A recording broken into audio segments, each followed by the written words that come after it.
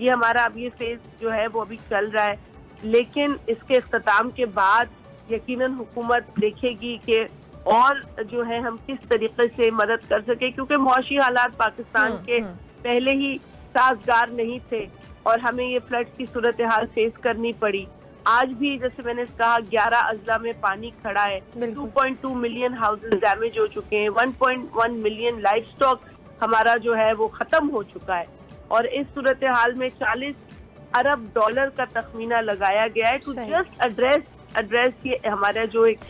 Relief है। अच्छा शाजिया मरी साहब, तो एक बड़ा चैलेंज है। अच्छा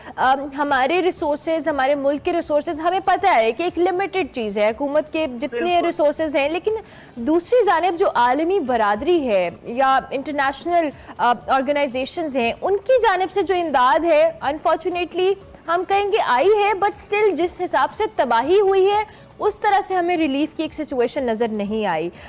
इस ऐसी सूरत हाल में आप लोगों के लिए कितना चैलेंजिंग है ये सारे चीज़ों को केटर करना विद लिमिटेड रिसोर्सेज?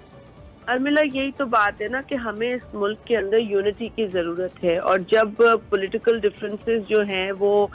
हावी हो जाते हैं इस तरह की कैटास्ट्रॉफीज के ऊपर, तो मुल्क के अंदर तो नुकसान होता है, लेकिन बाहर जो हम मैसेजिंग करते हैं उस पर भी नुकसान होता है। इतनी मेहनत और इतनी जिद्दोजहद करने के बाद जिस तरह की वर्ल्ड अटेंशन हमने ली है वो भी एक बड़ी अचीवमेंट है, लेकिन जाहिर बात है दुनिया के अंदर जब यूक्रेन सबके लिए एक बड़ा मसला है, खुसूसन जो वेस्ट है उसके लिए, और फिर आप ढकेल के लोगों को इस तरफ लाते हैं, अपनी तरफ अटेंशन लाते हैं, करते हैं, और फिर इमरान खान साहब की जमात से लोग कहते हैं जी पाकिस्तान की मदद ना करें, यहाँ पर ये सारा फेक है।